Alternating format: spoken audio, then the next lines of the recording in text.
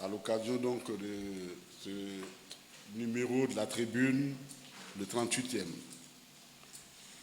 Je voudrais, avant d'aller plus loin, que nous ayons une reconnaissance pour l'un de nos camarades qui n'est plus là, mais j'ai été heureux de recevoir, je crois qu'elle est là, sa fille, la fille de Goumon Jean-Baptiste, qui est là, derrière, qui est là. Et elle me fait l'honneur de venir, elle est montée me voir pour dire qu'elle est venue chercher sa carte de militante. Et je suis heureux parce que, au moins, l'héritage politique de Goumon se poursuit avec nous. Et il était bon que je puisse la saluer sa famille. Merci d'être venu. Merci de venir continuer l'œuvre de votre papa à nos côtés. Camarades journalistes, membres des médias, des personnes qui nous suivent à travers divers canaux de communication, nous vous avons invité pour discuter, échanger avec vous sur deux sujets. Tout à l'heure, le maître de cérémonie a rappelé ces deux sujets. Il s'agit donc du mouvement Trop c'est trop et du rapprochement entre le PDCI RDA, le PPACI et le PDCI RDA, qui se présente comme étant une réponse à la crise artificiellement créée par le RHDP. Et puis, notre pays est sur la sellette, mais pas de la bonne des manières, parce que l'Union européenne nous a ajouté à la liste des pays à haut risque qui sont adeptes du blanchiment de l'argent et du financement du terrorisme. Et en plus, l'administration américaine menace de suspendre, du moins d'interdire l'accès à son territoire aux détenteurs du passeport ivoirien parce que celui-ci ne rassure plus. Donc tout ça, c'est l'héritage du RHDP et nous avons appelé pour que nous puissions en parler. Pourquoi nous disons que le mouvement Trop c'est trop et le rapprochement entre le PDCI RDA, le PPACI et le PDCI RDA constituent une réponse à la crise préélectorale? D'abord, il faut qu'on comprenne que nous sommes dans une crise. Et l'expression, ce n'est pas nous qui l'avons dit la première fois. Je parle sous le contrôle du président exécutif.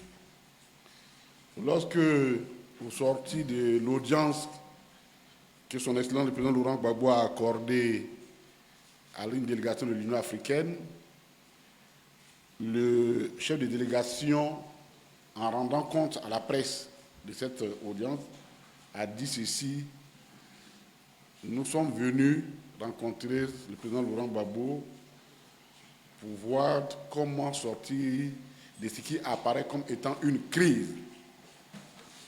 Donc, l'opinion nationale et l'opinion internationale, aujourd'hui, s'accordent pour dire que nous sommes en crise et cette crise-là, c'est évidemment la crise préélectorale artificiellement créée par le RHDP.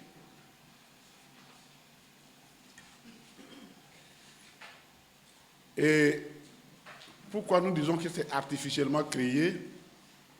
Parce que depuis 2010, le RHDP n'a jamais gagné une élection à la loyale. Jamais gagné une élection à la loyale. En 2010, il a perdu les élections et il est revenu,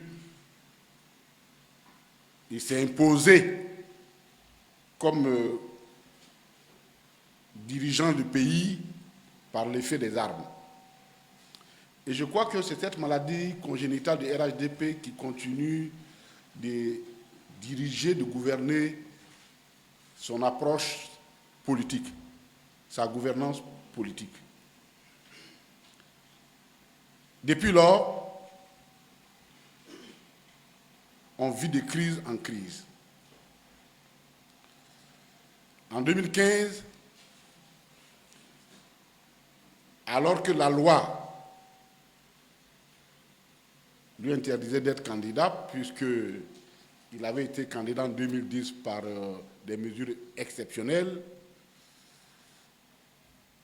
le Conseil constitutionnel lui a donné le droit de contester des élections par dérivation. Lui, chaque fois sa candidature, il y a toujours une épithète pour accompagner et justifier sa candidature. Les autres sont candidats simples, mais lui, il faut toujours une épithète pour accompagner sa candidature. Donc, candidature par dérivation. Ben, ce qui est dérivé, c'est toujours compliqué. C'est-à-dire que quand vous dérivez, c'est-à-dire que vous n'êtes pas sur la bonne voie. Donc, par dérivation. Et vous vous rappelez, tous ceux qui étaient candidats, qu'on a bannis, qui étaient déclarés candidats, ici Amara, Mamadou Koulibaly, et tous, devant l'obstination du RHDP de garder le pouvoir sans compétition réelle, ont jeté l'éponge. Parce que les conditions n'étaient pas remplies. Première crise, il s'est débrouillé, il s'est trouvé un accompagnateur, et ils sont allés à ces élections. 2020, le président Laurent Gbagbo reprend son expression. Là, alors que la Constitution lui interdisait qu'on n'avait que 2 mandats, il s'est déclaré candidat pour cause de mort. Bon. Ça, ce n'est pas constitutionnel. On ne peut pas être candidat pour cause de mort. Il dit son candidat est décédé. Donc, comme il est décédé, lui, il s'en va être candidat. La conséquence, nous la connaissons tous.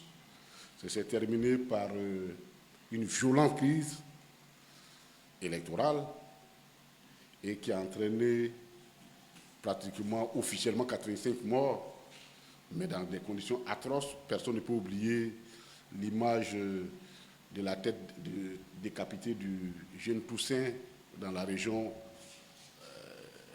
de l'Ifou, dans la région de l'Ifou. Et de 2015-2020, le président Laurent Gbagbo n'était pas là. Même les élections mineures, qu'on qualifie des mineurs de 2018, les élections municipales, ont entraîné des morts en Côte d'Ivoire. Donc, c'est une constante de la vie politique, c'est une constante de l'approche politique du RHDP, de créer artificiellement des crises et de faire en sorte que ces crises-là, ils puissent en tirer profit pour être un seul candidat, ou du moins un candidat avec ses candidats que lui-même il choisit. Et puis le scénario, on le connaît, après les élections, il dit, bon, on va organiser un forum de la réconciliation nationale, et puis bon, voilà, on prend quelques mesurettes, et puis la vie continue.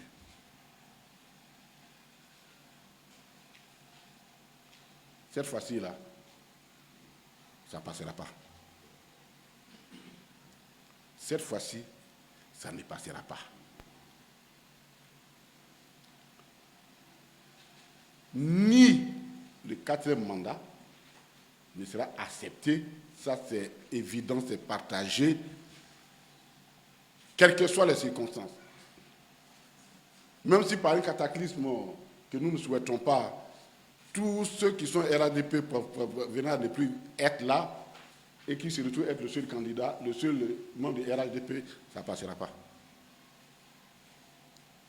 Comme le président Gbagbo l'a dit, le Premier ministre Amadou Koulibaly n'est pas remort. Donc, il n'y a plus d'argument valable qui puisse justifier un 4e mandat.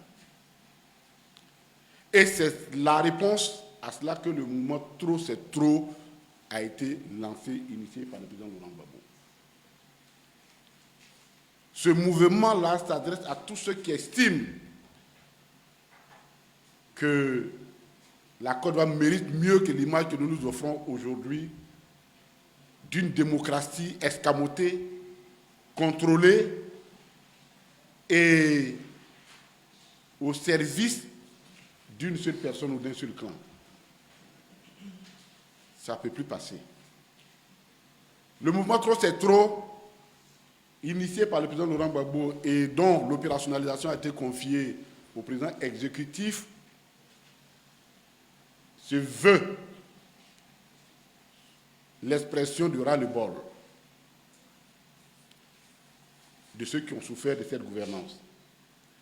Que ce soit des gens qui étaient admis au concours en 2010 et qui avaient commencé leur formation, je pense aux élèves de l'école de police et de gendarmerie qui étaient déjà en formation, qu'on a fait partie, tout autre fonctionnaire qui avait des acquis à qui on a refusé ses acquis. Je pense aux déguerpis pour cause de pont ou pour cause d'une mafia immobilière qui se cache derrière les postes pour pouvoir accaparer les terres des pauvres personnes qu'on chasse. On le dit avec preuve. Vous arrivez à Gesco,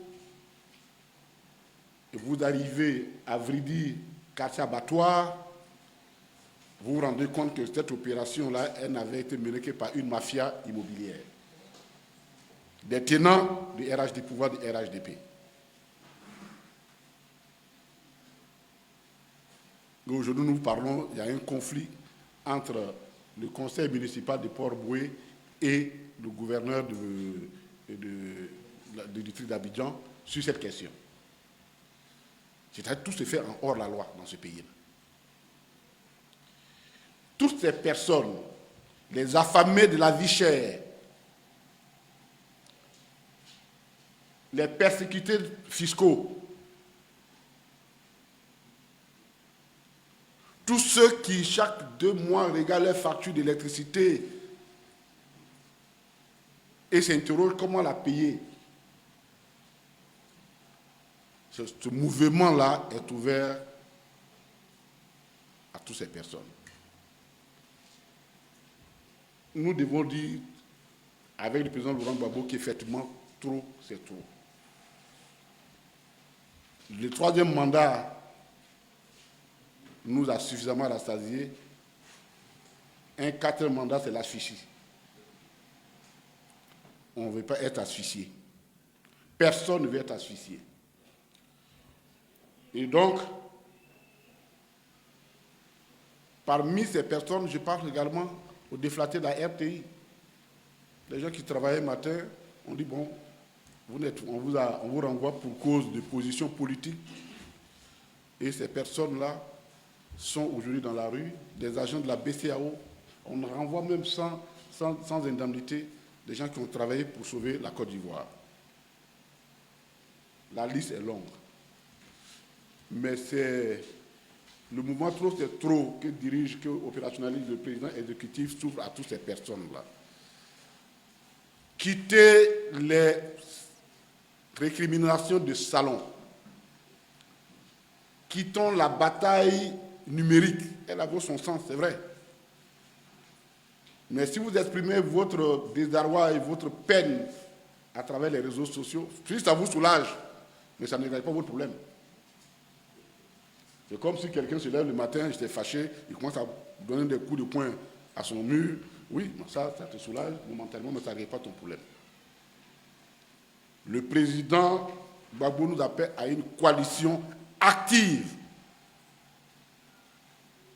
portée par une détermination sans faille, sans violence, mais avec une détermination sans faille pour exprimer le ras-le-bol de toute la population. Et donc, ce mouvement-là, que nous apprenons TCST, on va l'appeler comme ça, trop c'est trop, s'ouvre à vous tous. Y compris les hommes médias, parce que quand le président devait venir, j'étais chargé de la commission communication et j'ai eu le plaisir et je crois que c'est un exercice que le PPAC doit pouvoir renouveler, d'aller visiter toutes les maisons de presse, c'est-à-dire nous, les journalistes. Franchement, chapeau, parce que les conditions dans lesquelles vous travaillez, c'est quand même terrible. Vous aussi, vous êtes des persécutés du régime. Donc, vous aussi, le mouvement Trop c'est trop vous appartient. Il n'y a pas de force aussi forte pour maintenir un peuple qui aspire à un changement. Donc, le mouvement Trop c'est trop, c'est à vous qu'il s'adresse. Aux villageois d'Adjamé, qu'on a déguerpi nuit, c'est à eux qu'on s'adresse. Donc, le mouvement Trop c'est trop est la réponse collective que nous devons poser à la tentative d'un 4e mandat. Qu'en est-il du rapprochement entre le PPACI et le PDC-RDA? Tout en étant juste le PDCI faisant partie du mouvement Trop c'est trop, mais le rapprochement entre le PDCI, le PPACI et le PDC-RDA vise surtout à créer les conditions d'une élection paisible, transparente et inclusive. Ce front en gestation, donc qui est en train d'être structuré, la structuration sera rendue publique, je passe sous le couvert du président exécutif, très bientôt, s'articule autour de 5 points essentiels. La réinscription sur la liste électorale du président Laurent Gbagbo, du ministre Tidjane Thiam, président de PDC-RDA, de l'ancien Premier ministre Soro Guillaume et du ministre Charles Blé Goudé. Ça, c'est le premier objectif poursuivi par le Front commun. La révision de la liste électorale 2025 conformément aux dispositions de la loi électorale. Une réforme structurelle de la CEI afin de garantir son indépendance et permettre une proclamation transparente des résultats bureau par bureau. L'ouverture urgente d'un dialogue politique incluant l'ensemble des forces politiques de la société civile afin d'aboutir à des élections réellement démocratiques, apaisées et crédibles. Je voudrais dire aussi que la société civile, les syndicats, même les églises et autres, sont aussi appelés à notre mouvement Trop c'est trop. Parce que l'ordonnance qu'on leur a prise en 2024, elle ne concerne pas seulement les ONG que nous connaissons de façon classique. La FECI est un syndicat. Et la FECI a été dissoute par décision tout simplement d'un conseil des ministres. Donc aujourd'hui, sur la base de cette ordonnance, le gouvernement peut dissoudre n'importe quel syndicat, n'importe quelle église, en tout cas n'importe quelle confession religieuse, si celle-ci ne rentre pas dans la conception pacifique du gouvernement ivoirien.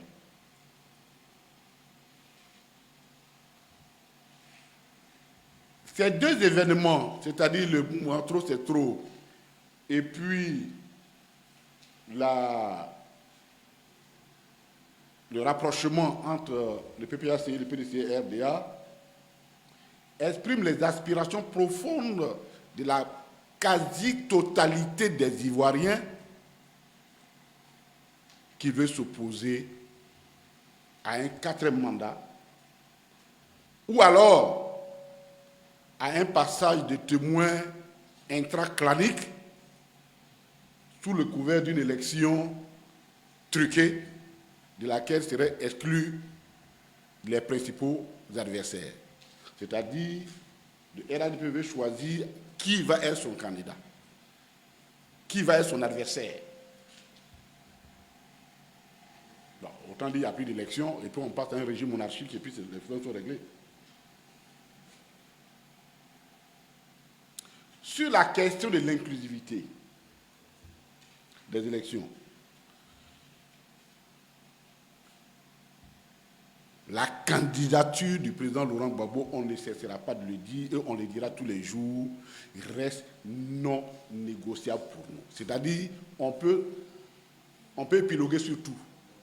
Mais sur ça, là, c'est une question non négociable. Quelles que soient les modalités, c'est-à-dire, quels que soient les arrangements internes au RHDP, aucun arrangement interne au RHDP ne peut justifier ou ne peut enlever, entamer ou donner une légitimité quelconque à la disqualification de notre candidat. Je vais dire ça de façon simple, pour que ceux qui sont à Djamé, à Bobo comprennent ce que je vais dire.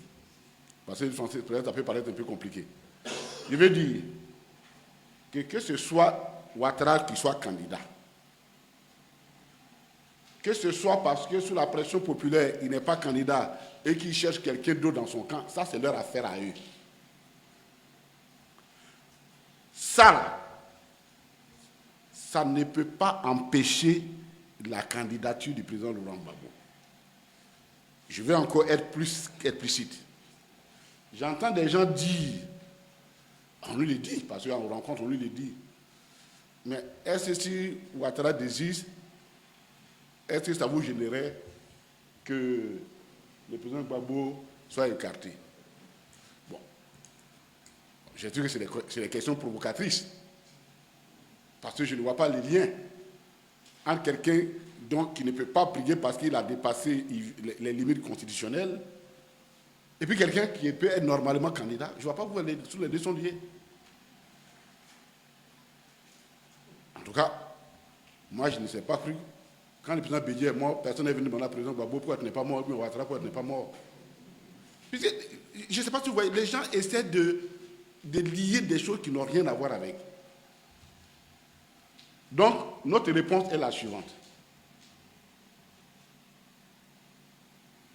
Une élection, ce n'est pas une tontine politique. On ne cotise pas pour donner à un, et puis après on dit c'est le tour de l'autre. Rien,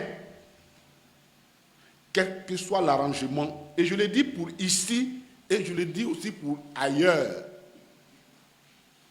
aucun arrangement interne au RHDP ne peut donner une légitimité à au désistement ou bien à une disqualification du président Laurent Gbagbo. Que cela soit compris et qu'on ne nous pose plus ce problème-là parce que je trouve que c'est de la provocation. C'est comme si on dit, Bayrou n'est plus candidat. Bon, comme Bayrou n'est pas l'autre, De Villepin qui veut devenir dans la course. Bon, De Villepin, Bayrou, vous avez même plus le même âge. Bon, comme Bayrou ne peut pas être candidat, De Villepin, bon, c'est quoi ça, tout ça là? Donc ça, c'est une question fondamentale à laquelle nous tenons pour ne pas qu'on nous repose cette question-là. C'est pourquoi nous avons commencé le parrainage. Le président exécutif était à une délégation à la formation sur les parrainages. Et heureusement que la raison a fini par prévaloir. On avait entendu un responsable de la CEI dire qu'eux, ils donneraient leur liste définitive qu'aux personnes qui sont inscrites sur la liste électorale. Bon, je crois que, comme on dit, la nuit porte conseil, la nuit a dû leur porter conseil. Je crois qu'ils sont revenus à des meilleurs sentiments, on ne va pas revenir là-dessus, mais ce n'est pas leur compétence. Parfois, il faut raisonner de façon simple. On dit pour être candidat, il faut avoir le parrainage. C'est-à-dire que le parrainage précède la candidature. Mais donc, vous ne pouvez pas d'emblée dire, moi, je ne veux pas que toi, tu sois parrain, tu aies des parrains, parce que tu seras pas. Mais toi, tu es qui? La CEI, ce n'est pas ton rôle.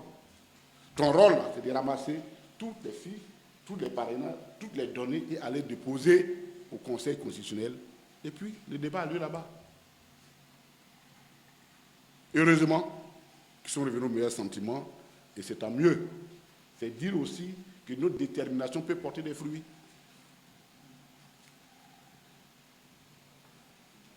Donc, cela est important. C'est dans la même veine qu'on entend des bruits. La Cour africaine des droits de l'homme a fait ceci, la Cour africaine des droits de l'homme a fait cela. Mais nous, on avait déjà oublié cette Cour-là. On l'avait oubliée. Elle a fait ceci, et les officines proches du RHDP commencent à en faire des choux gras, ainsi de suite, ainsi de suite. Mais nous qui sommes demandeurs, la partie demanderesse, on n'a même pas encore reçu l'arrêt de la Cour. Donc on ne sait même pas de quoi la Cour parle, puisqu'on n'a pas encore reçu l'arrêt. Mais que la Cour nous envoie l'arrêt aujourd'hui, qu'elle nous envoie l'arrêt demain, ou qu'elle nous envoie l'arrêt dans 100 ans, en quoi nous, ça nous concerne? Mais le gouvernement ivoirien a dit,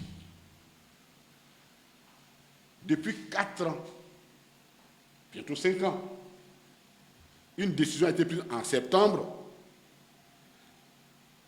dit que lui, là, il n'applique pas les décisions de la Cour africaine des droits de l'homme. Pour nous, là, c'est fini. C'est fini. Parce que, voyez-vous, il y a des choses, quand on les fait, et j'aime bien cette expression juriste qui dit « nul ne peut se prévaloir de ses propres turpitudes ».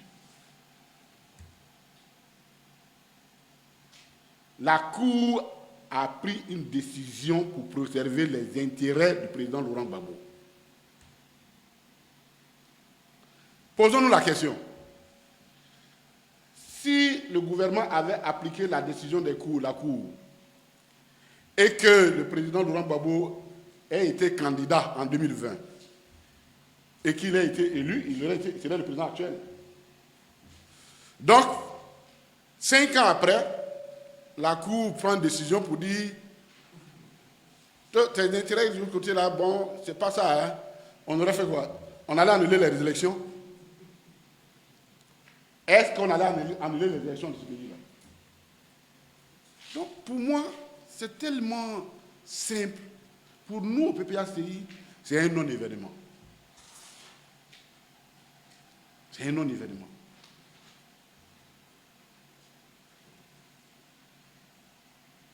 On attend de voir ce qui est à l'intérieur, qu'est-ce qui a motivé les trucs. Mais ça, c'est pour les juristes, pour le droit, hein, pour la curiosité des juristes, pour le droit. Mais je veux dire, pour la justice, ça ne nous apporte rien de nouveau. Parce qu'il aurait fallu, pour que cette décision produise, on a parlé de bon français, pour que cette décision produisisse comment on appelle, des effets,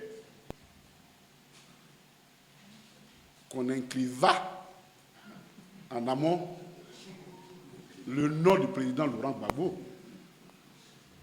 C'est-à-dire que si le président Laurent Gbagbo était sur la liste,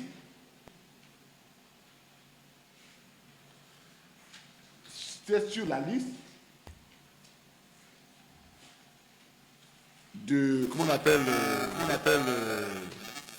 la liste électorale, oui, alors la décision qu'on aurait prise aurait eu un sens. Est-ce que vous comprenez? Je crois que ce n'est pas inscriva, c'est inscrivi. Ouais, il ne faut pas que je me trompe de français. Parce qu'ils vont laisser tout mon intérêt, puis ils vont se garder sur ça. Ouais, voilà ce qu'il a dit des choses. Non, ce n'est pas inscriva. Et donc, chers amis, cette décision n'a pas d'impact et n'entraînera à nos déterminations. Au contraire,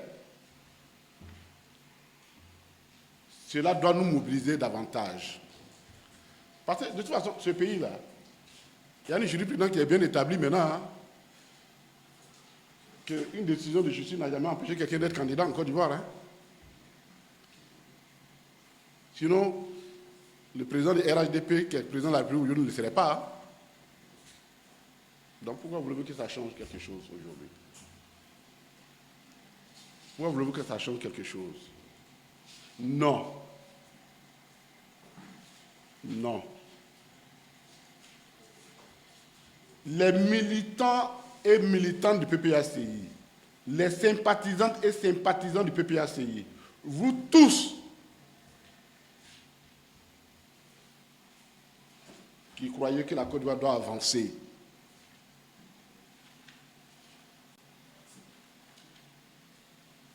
la question, la candidature du président Laurent Gbagbo relève de la décence morale et nous devons nous mobiliser pour ça.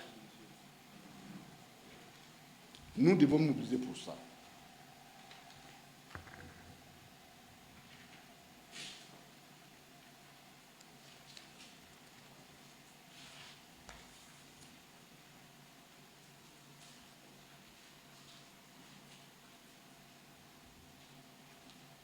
Par ailleurs, et ça nous voulons insister là-dessus, vous savez, quand nous disons ces choses, les gens nous prennent pour des gens qui sont... on est tellement des adeptes, on est des néphrosés du gbagboïsme qu'on n'arrive pas à réfléchir. On ne peut pas accepter cette condamnation du président Laurent Gbagbo pour plusieurs raisons, on a déjà avancé. Mais la dernière raison sur laquelle je vais revenir, c'est celle qui se rapporte à l'année fiscale de cette année. L'année fiscale cette année. L'année fiscale, c'est-à-dire c'est la loi que les députés votent à l'initiative du gouvernement pour donc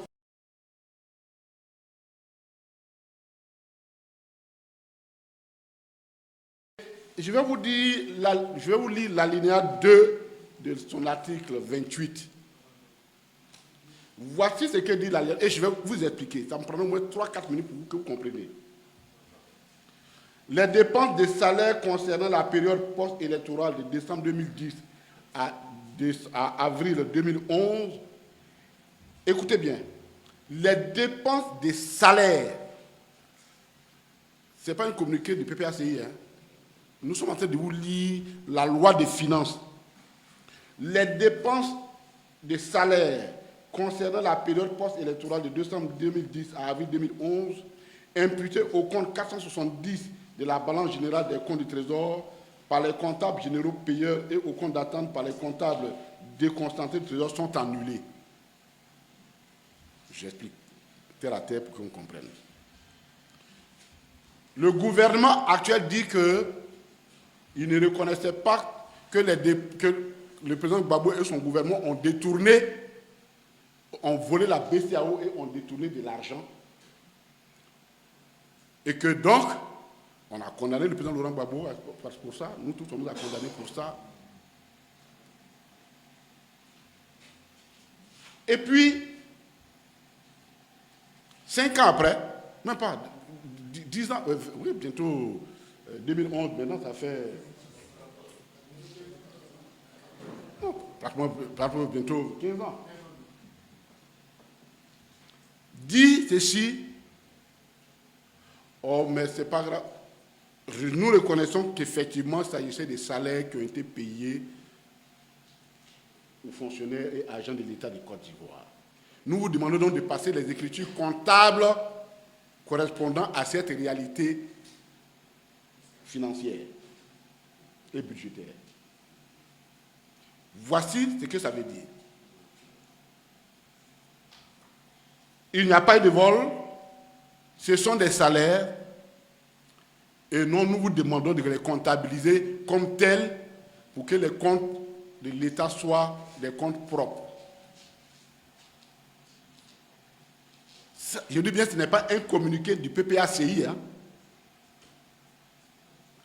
C'est l'annexe fiscale, l'article 28 de l'annexe fiscale alinéa 2. Si donc l'État reconnaît qu'il s'agit donc des salaires qui ont été payés, le corps du délit n'existe plus. Il n'y a plus de corps de délit. Et pourquoi pensez-vous que nous, on va accepter cette opprobre-là sur le président Laurent Gbagbo?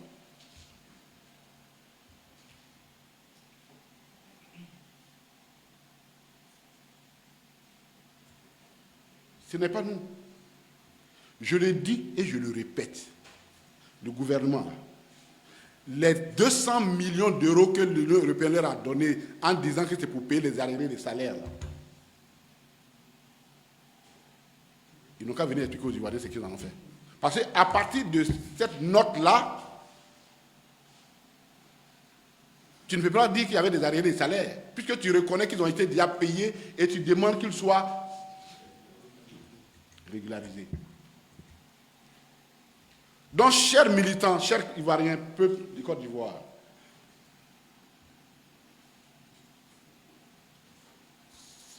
cette nouvelle donne renforce notre détermination pour ne pas accepter l'injustice faite au président Laurent Gbagbo. On ne peut pas accepter ça. Et le magistrat qui a accusé le président Laurent Gbagbo doit aujourd'hui se demander à quoi il a servi. Non seulement la BCAO on ne nous a pas volé, personne dit on a été victime de quoi que ce soit, mais le gouvernement lui-même vient de reconnaître pour dire non, ce sont des salaires que vous avez payés, régulariser les comptes.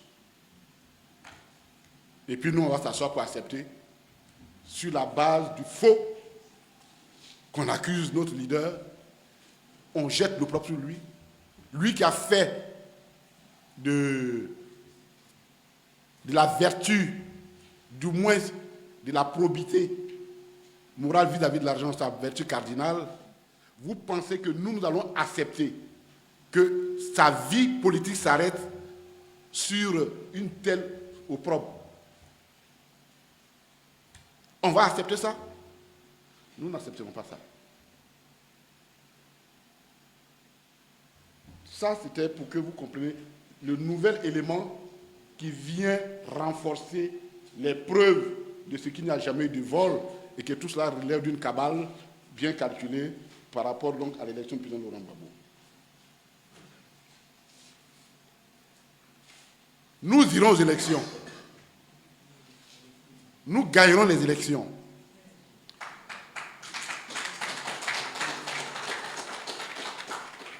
Ce n'est pas un souhait, c'est une promesse. C'est une promesse.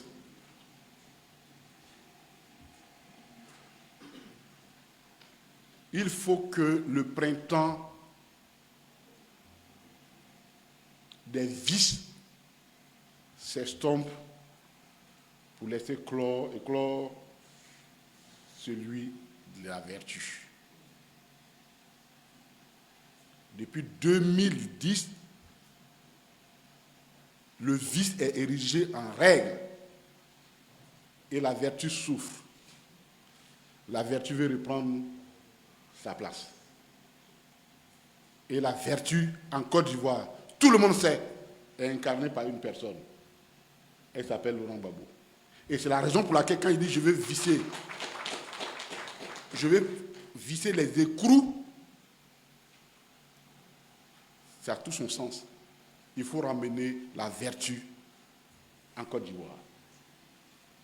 Là où le RHDP l'a complètement expulsé. Et comme preuve qu'il n'y a plus de vertu, c'est la gouvernance du RHDP qui jette le propre sur la nation. Et c'est ça notre deuxième sujet. Vous avez tous lu, vous avez tous appris et lu que notre pays, l'Union européenne a ajouté, après Gafi, qui était le groupe d'action financière, qui avait déjà inscrit le nom du président Laurent Gbagbo sur... Pardon, ça, c'est tellement... Le nom de la Côte d'Ivoire sur la liste grise des pays à haut risque pour le blanchiment d'argent et le financement du terrorisme. Le 10 juin, le mardi, c'était avant-hier, l'Union européenne a ajouté la Côte d'Ivoire sur sa liste. Et quand vous lisez les textes, on dit ceci: la Commission de l'Union européenne souligne le manque de transparence dans les transactions bancaires réalisées dans ce pays et peu de sanctions concrètes sur les contrevenants. Mais qui sont les contrevenants? Qui sont les contrevenants? En tout cas, ce n'est pas nous, hein, parce que nous, on n'a pas l'argent. Il ne peut pas s'auto-censurer ou s'auto-sanctionner. Donc, cette mesure-là, elle illustre ce que nous disons. Qu'il n'y a plus de vice, il n'y a plus de vertu en Côte d'Ivoire. Rappelons-nous que quand la situation s'est posée à l'identique à un moment donné en Côte d'Ivoire, lorsqu'on accusait, et la rumeur accusait qu'il y avait des détournements massifs au niveau de la filière café-cacao, le président Laurent Gbagbo, y compris contre ses propres lieutenants les plus sérieux, des gens qui, il a mis la barre de la vertu à un certain niveau qu'il a dit: je ne peux pas accepter. Il a engagé des poursuites. Et des coupables proches de lui sont allés en prison, ont été condamnés pour ça. Aujourd'hui, même certains lui en veulent. On a volé, pourquoi tu nous as mis en prison? Mais quand on vole, on se met en prison, ouais, ça, c'est quelque chose.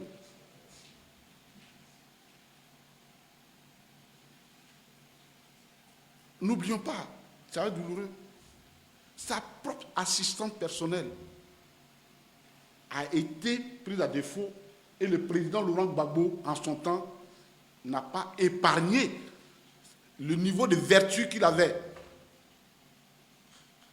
Il a été obligé de sanctionner sa propre assistante. Mais ici, là, ceux qu'on sanctionne, c'est-à-dire qu'ils n'ont pas beaucoup volé. Quand tu fais un peu, là, on dit: non, ça, c'est pas grave, ça, tu n'es pas fort. Parce que si tu veux faire, il faut faire bien. Ça, c'est ça qui nous ressemble. Mais quand tu fais un peu, là, c'est pas bon. Ne nous ressemble pas, on te sanctionne.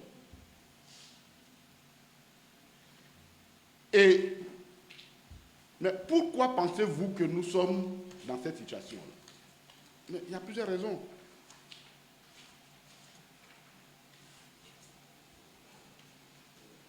Il y a le poids de la corruption. Là où la corruption est endémique, là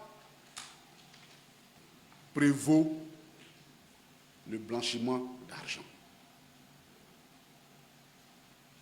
Parce que moi, pour les 4 un matin, si je me lève avec 500 millions pour dire à la banque: il faut prendre 500 millions de mon compte, on m'a dit: ah, il y a un problème quand même. Hein. Tu fais quoi pour avoir 500 millions?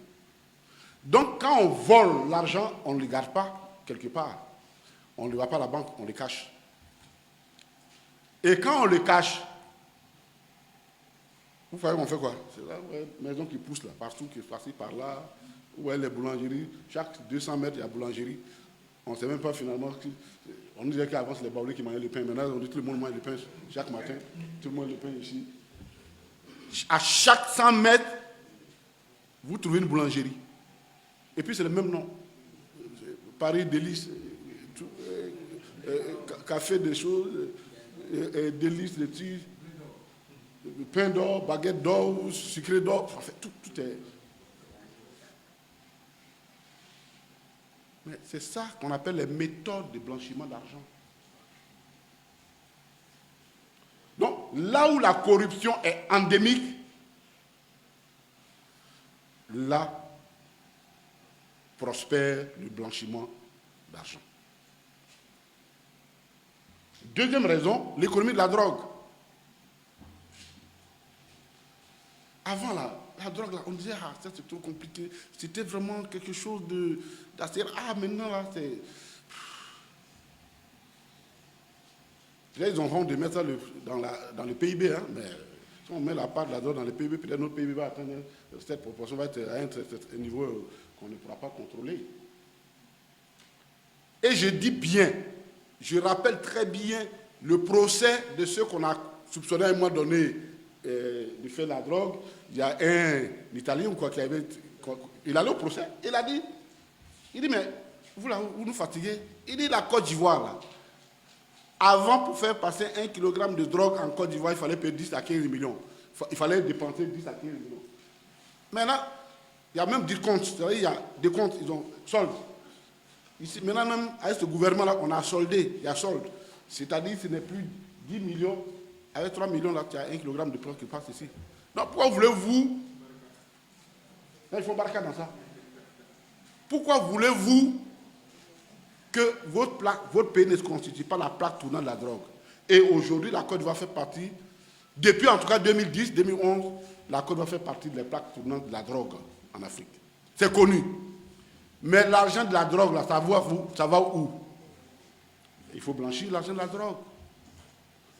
Donc là où il y a la drogue, il y a une économie de drogue, prospère également le blanchiment d'argent et l'argent du crime. Autre élément, les barons des anciens régimes des autres pays, déchus justement pour avoir volé dans leur pays, ils sont tous ici en Côte d'Ivoire. Ils ne se gênent même pas même, c'est-à-dire, non seulement ils sont ici, mais ils sont militants affichés de RHDP. Ben oui, mais ils ne se gênent pas. Bon. Mais, eux, comment ils gèrent leur fortune qu'ils ont gagné de façon par la prévarication de leur pays? Comment vous pensez qu'ils gèrent ça? Une cause aussi d'aggravation du blanchiment d'argent. Les orpailleurs clandestins. L'orpailleur clandestin. Je viens d'une région où c'est énorme là-bas. Vous pensez que cet argent-là va où?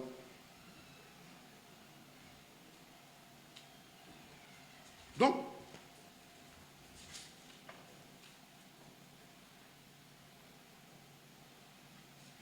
il y a plein d'éléments, on va sauter. Le poids du secteur informel.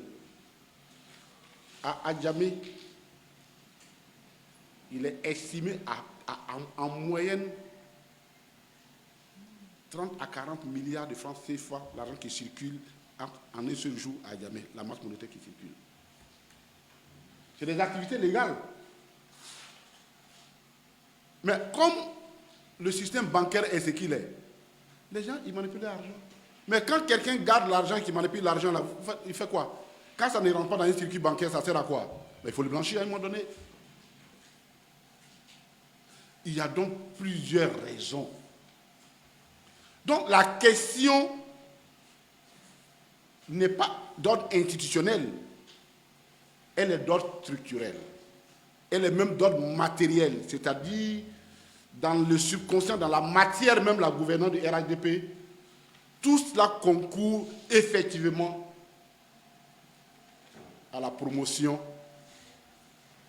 de l'argent sale, de l'argent issu du crime, et c'est consubstantiel à la nature même de la gouvernance du RHDP. Alors, au lieu de régler ce problème, depuis là, ils mettent la pression sur un certain nombre de corps, les comptables, les experts comptables, venez, allez faire la formation, on va vous former pour voir comment lutter contre le blanchiment d'argent, les banquiers. Oh là! Mais ça, c'est de l'hypocrisie, c'est une fuite en avant. La question n'est pas d'ordre institutionnel, elle est d'ordre matériel, elle est d'ordre structurel. La réponse doit être structurelle. Mais elle ne peut pas, le RHDP ne peut pas te donner une réponse structurelle à cette question-là parce qu'ils en sont les principaux auteurs. Ils en sont les principaux auteurs. On estime, et ça, ce n'est pas nous qui le disons, c'est leur propre structure qu'ils ont créée, là, la haute autorité de la gouvernance, on estime au minima à 1400 milliards de francs CFA l'argent de la corruption. Alors, soyons sérieux. C'est cette gouvernance-là qui jette l'eau propre sur la Côte d'Ivoire.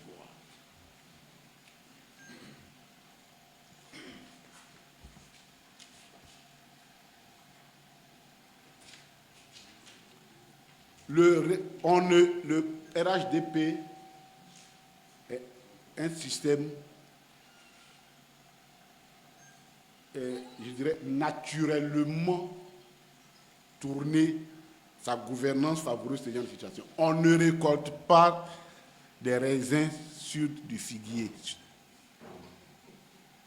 On ne récolte pas des raisins sur du figuier. C'est une loi de la nature. On a fait tellement en interne que sont sortis à l'extérieur. L'Union européenne nous dit que, et les contraintes sont énormes, hein, aujourd'hui pour faire un transfert d'argent interbancaire entre l'Union européenne et la Côte d'Ivoire, mais c'est la croix et la bannière. L'Union européenne dit, bon, on ne vous fait pas confiance. Et Trump répond là-bas de l'autre côté de l'Atlantique, oui, vous avez raison, nous-mêmes on ne leur fait pas confiance, parce qu'on ne veut même pas que très bientôt les passeports rentrent dans notre pays.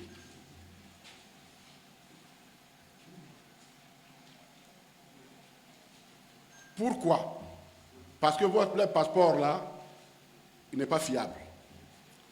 On a découvert leur passeport dans des mains de personnes, c'est-à-dire le passeport ivoirien, c'est le seul qui se promène dans le monde. Qu'on a retrouvé dans les mains de personnes qui n'étaient pas, en tout cas, qui étaient les noms d'ayant droit et qui ont utilisé ça pour faire des actes répréhensibles. Donc, mettez de l'ordre dans votre histoire de passeport, sinon, dans 60 jours, vous ne revenez pas dans notre pays, c'est fini. Ah, Trump, lui, ça ne s'amuse pas. Bon. Et bon. Mais au-delà de ça, la question de la sincérité des documents administratifs, au-delà de ça, mais c'est les rapports qu'entretient le RHDP, ancien RDR et maintenant le RHDP, avec l'état civil de Côte d'Ivoire. Il ne faut pas qu'on ait la mémoire courte. En 2002, dans les chevauchées pour la conquête du pouvoir, la milice qu'ils avaient montée, et ça, ce n'est pas nous qui le disons, c'est bien les animateurs principaux de cette milice-là, mais l'état civil était leur première cible. L'état civil était leur première cible. Il fallait détruire l'état civil en Côte d'Ivoire. Qui ne se souvient pas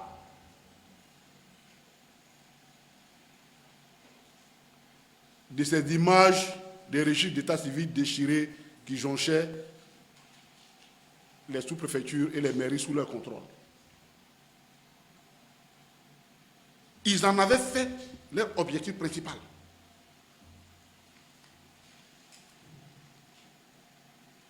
Et nous avons perdu l'un de nos cadres, les meilleurs parmi les meilleurs, pour cette cause, le ministre Bougadoudou. Il a été l'une des cibles privilégiées parce que justement dans sa politique, il fallait clarifier l'état civil.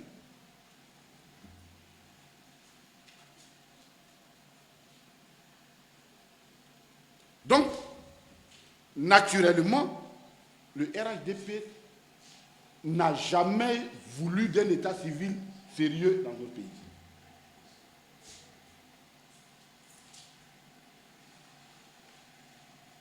Si cette question-là n'impactait pas la vie des millions et des millions d'Ivoiriens,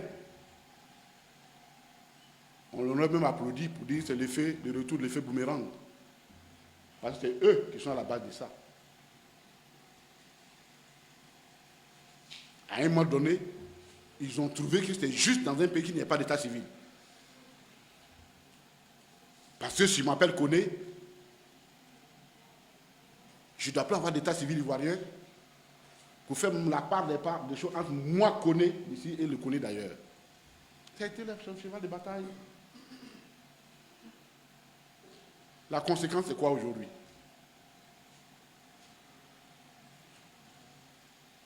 La conséquence, c'est quoi? C'est qu'on n'a pas d'état civil.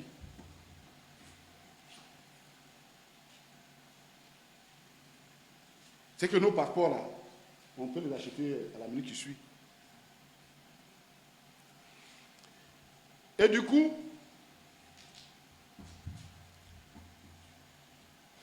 ceux qui les ont servis, arrivés là, ne pouvant pas leur trouver de travail sur place ici, ils leur ont dit, bon, on va vous aider à aller de l'autre côté de la Méditerranée. Il faut leur donner des papiers. On ne va pas comme ça là-bas. Il faut leur donner des papiers. Donc, papier d'identité pour récompense de service rendu. Et un matin, l'Europe est envahie d'Ivoiriens.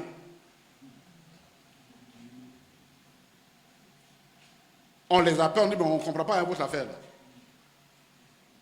En 2015, notre taux de croissance était de 8 à 9%. Les gens disent, mais comment se fait-il qu'avec une telle croissance, vous venez encore chez nous? Il y a quel problème? On les convoque tous à la Valette, la Valette, pour qu'on en parle. Et on leur donne, ils discutent, et on leur donne des moyens pour lutter. Ils disent, oui, on va lutter contre ça. Et le gouvernement ivoirien prend beaucoup d'argent. Hein. Parce que eux, là où il y a l'argent, là, ils prennent. Hein. Ils ne cherchent pas chose. OK. Au bilan de 2017, le rythme a augmenté. Il y a un problème. Ah, ils vont dire, ah non, on a fait tout, mais dans la réalité, les papiers là, c'est pas... Ils prennent nos papiers, mais ce n'est pas des Ivoiriens. Ah bon? Donc vous reconnaissez que votre état civil est faible, puisqu'on peut prendre vos documents comme on veut, quand on veut, et les utiliser de façon frauduleuse. C'est ce qu'ils prennent comme justificatif. Donc ce n'est pas nous, hein.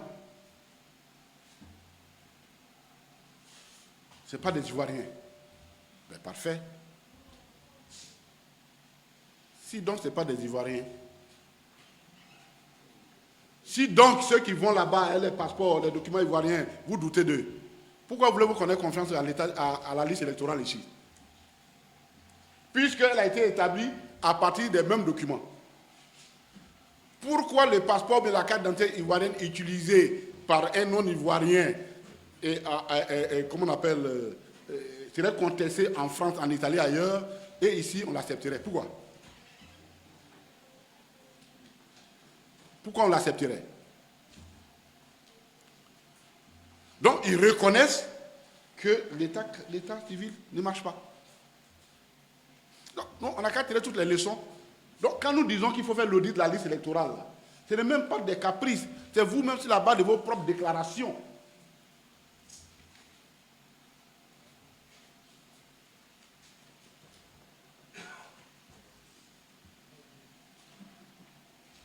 Donc, il y a une incohérence. Nous, là, on est cohérents. On dit la liste électorale, là.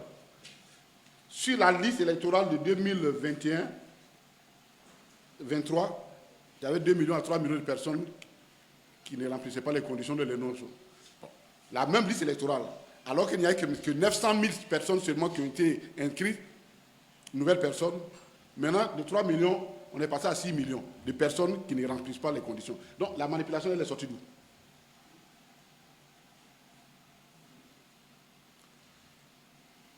Mais il ne s'arrête pas là. Parce que les Blancs, là, leur argent, là, c'est comme argent de sorcier. Hein. Quand tu manges, là, il faut faire des sacrifices qu'il faut faire. Tu es obligé de cracher. On les coince. Il dit, bon, d'ailleurs, c'est parce qu'il n'y a pas de visa entre le Maroc et nous que vous allez là-bas au Maroc facilement en Tunisie. Moi, gouvernement de Côte d'Ivoire, je demande maintenant au Maroc, on n'a qu'à mettre un visa entre nous. Ce n'est pas de la persécution de ses propres citoyens, ça. Ce n'est pas la persécution. Pour vos propres turpitudes, vous persécutez tout un peuple. Donc, ils se disent oufouettistes. Mais l'un des héritages d'Oufoué avec le Maroc, c'est que c'était justement cette convention d'exemption de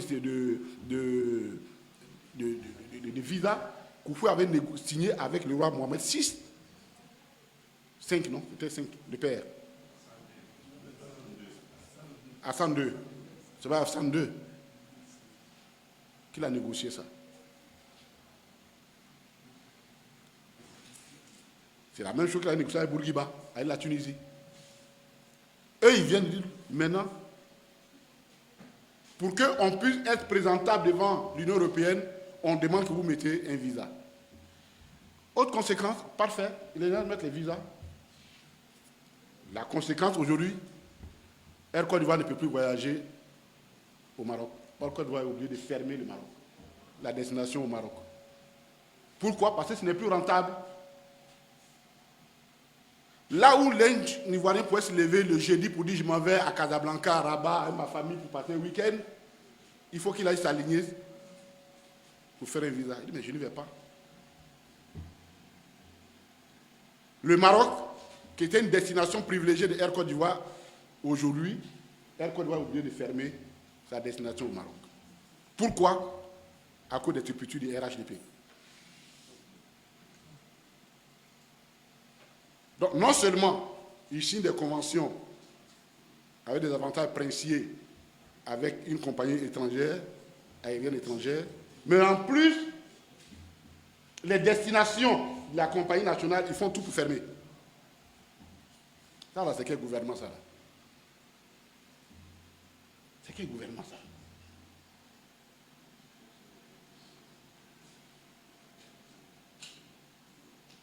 Donc, Air Côte d'Ivoire est le souffle-douleur de l'administration, de la gouvernance de Ouattara et de RHDP.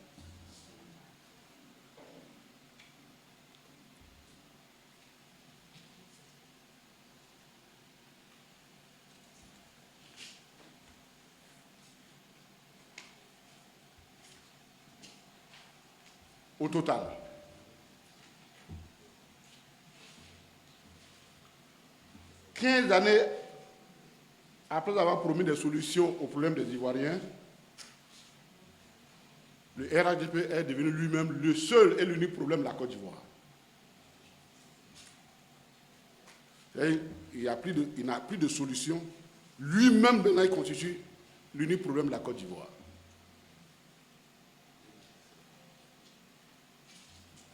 Or, il est bien connu que l'humour ivoirien est un humour qu'on connaît très bien. L'humour ivoirien dit,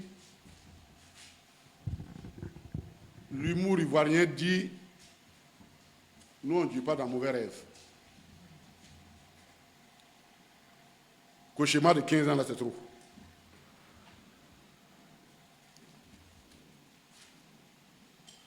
On nous a obligés à dormir, à rêver sous la menace des emprisonnements. Quand tu n'es pas content, il faut rire. Tu n'as pas mangé, tu te plains, on dit tu vas aller en prison. Tu es malade, tu ne vas pas te soigner. Quand tu parles, on dit bon, toi, on va t'envoyer en prison. Donc, on nous oblige à rêver d'un monde idyllique par la menace des armes. Les Ivoiriens ne veulent plus se laisser séduire par les miroirs aux alouettes avec des solutions qui insultent plus la dignité qu'elles appellent leur peine. Honnêtement. La solution Popote là, comment on appelle ça? Popote familial.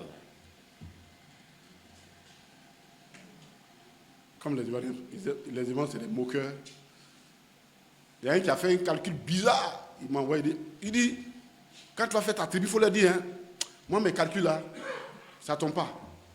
Je dis, mais c'est quel calcul? Il dit, moi j'ai étudié les nombres. Je dis, mais tu as fait tes nombres, ça quoi?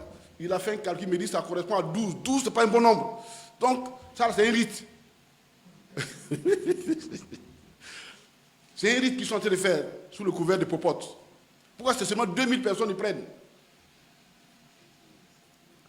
Tu vois, les Ivoiriens aiment faire ils font de l'humour avec tout. Mais 50 000, et c'est bien prévu, 50 250 francs.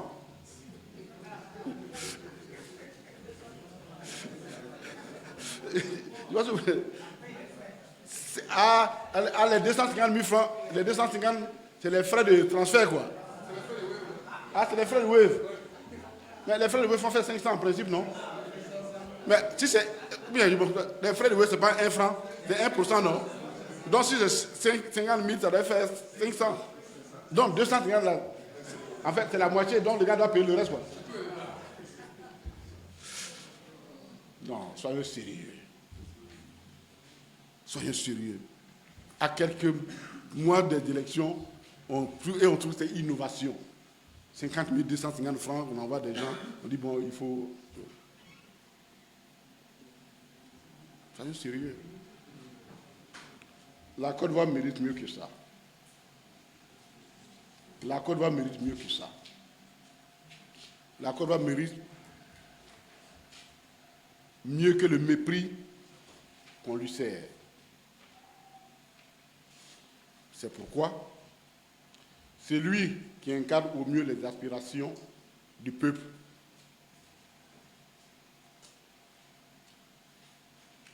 Son Excellence le président Laurent Gbagbo, avec le peuple, dans un cœur de tristesse, mais plein de détermination, chante avec nos compatriotes pour dire trop, c'est trop. Trop, c'est trop. Le RHDP doit partir en octobre 2025. Je vous remercie. Martine, vous venez de voir cette tribune du PPAC. Et il faut le dire clairement. Je vais m'attarder sur le sujet le plus important, la condamnation de la Cour africaine des droits de l'homme et des peuples. Celle-là qui avait d'abord acquitté le président Laurent Gbagbo en 2020 et qui est venue condamner 5 ans plus tard. On a envie de se poser la question, qu'est-ce qui s'est passé entre-temps? Mais on comprend tout de suite que la marmaille, la machination a été mise en place pour disqualifier le président Laurent Gbagbo. Mais là encore, c'est checkmate. Vous venez d'écouter ici l'intervention du docteur Kone Kachina. Oui, le docteur Kone Kachina a parlé fort dans cette tribune du PPAC. Et nous sommes sereins depuis. Nous sommes sereins, nous avons envie de dire au ministre que nous sommes prêts. Nous sommes préparés et nous savons que le combat sera ardu. Le combat ne sera pas facile, mais nous allons le mener. Parce qu'en face, nous avons les hors-la-loi. Donc c'est un avantage pour nous. Ceux qui sont en place sont les hors-la-loi. Le président Tidjane Tcham l'avait dit. Il avait dit, ceux qui ne respectent pas la Constitution ne peuvent pas nous parler d'un sombre article 48. Oui, si M. Ouattara a violé la Constitution en faisant un 3e mandat, il ne peut donc pas venir aujourd'hui s'ériger en donneur de leçons de la loi ivoirienne. Non, non, non, non, non. Si M. Alassane Ouattara a violé la loi en s'auto-déclarant candidat et puis s'auto-déclarant vainqueur, c'est lui qui s'est déclaré vainqueur, il ne peut donc pas dire aux autres que vous ne respectez pas la loi. Il ne peut pas. D'ailleurs, le candidat Ousmane Camara a porté plainte à M. Alassane Ouattara en tant que quelqu'un qui a la double nationalité et pourtant pour être candidat, il faut être exclusivement ivoirien. Donc ce monsieur n'est donc pas exclusivement ivoirien. Et s'il n'est pas exclusivement ivoirien, ça veut dire qu'il n'a même pas le droit d'être candidat aujourd'hui. Ça veut dire qu'il n'avait déjà pas le droit d'être candidat en 2010. Mais là, 2010 encore, on peut comprendre, car il était à titre exceptionnel. Exceptionnel. Lui, l'exceptionnalité a été ouverte pour lui. Mais ce qui était exceptionnel est devenu continuel. Il a fait 2 mandats, il a créé une nouvelle république pour faire un 3e mandat. Après quoi encore? Il va créer une 4e république, une 5e, quoi encore? Non, et non, et non. Monsieur Ouattara ne respecte pas la loi, il ne peut pas demander aux gens de la respecter. Quand bien nous savons que la loi est déjà respectée, la Cour africaine des droits de l'homme a déjà jugé. Mais quand elle est venue en Côte d'Ivoire dernièrement, l'argent est passé. Les prérogatives ont été données. Et qu'est-ce qu'elle est partie faire? Elle est partie rejuger à nouveau et donner une nouvelle décision. Mais nous disons non. Nous, on ne tient pas compte de cette décision. Le PPACI, ses militants, ses sympathisants seront mobilisés. Et nous ne lâcherons pas. Nous n'avons rien à vous prouver, nous n'avons pas peur de vous. Nous allons mener le combat jusqu'au bout. La team, cette vidéo-là, partagez-la massivement, likez avec un pouce bleu et on se voit pour d'autres vidéos car aujourd'hui nous en aurons tellement de vidéos. J'espère que vous allez bien et que vous portez bien depuis vos bonnes positions.